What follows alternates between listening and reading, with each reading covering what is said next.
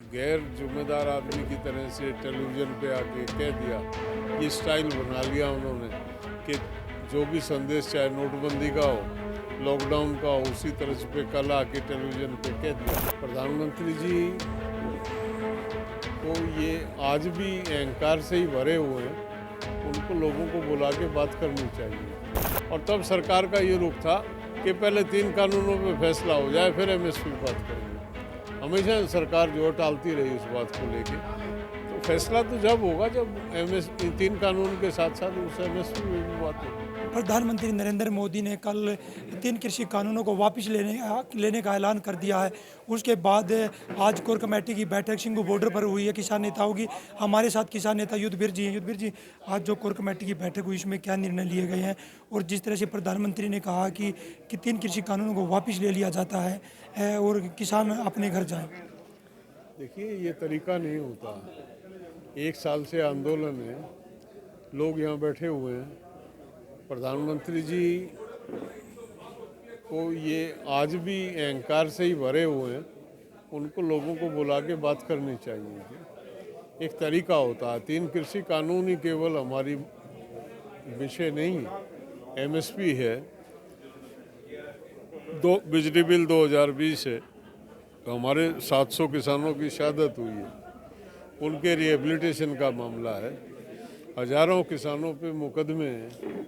तो जब तक वो सारी चीज़ें तय नहीं हो जाती, ऐसे थोड़ी चले जाएंगे। प्रधानमंत्री जी ने कह दिया चले जाएं, वो एक तरीका होता।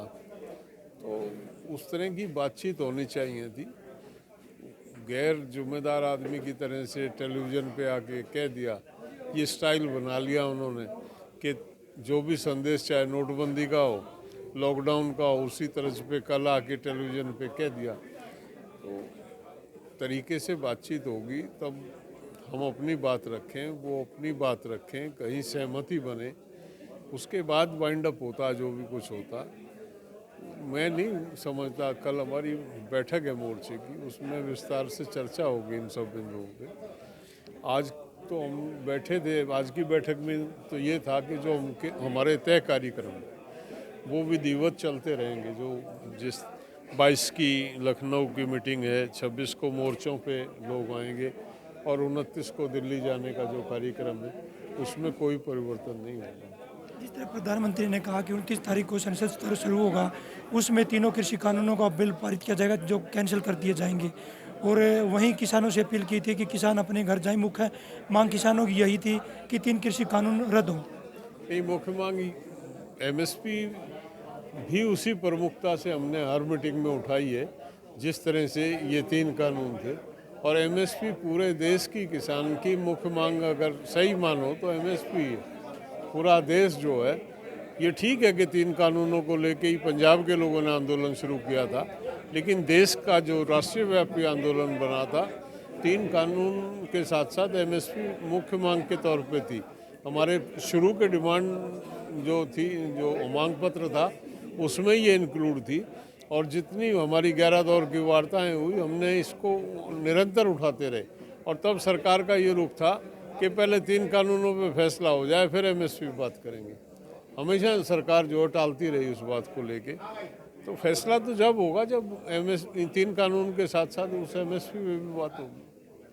ये किसान नेता युद्धवीर थे, इन्होंने साफ कर दिया है कि जो किसानों के तय प्रोग्राम थे वो जारी रहेंगे। 26 नवंबर को 1 साल पूरा होगा और दिल्ली की सीमाओं पर जहां बॉर्डरों पर किसान बैठे वहां पर लोगों की भीड़ बढ़ेगी।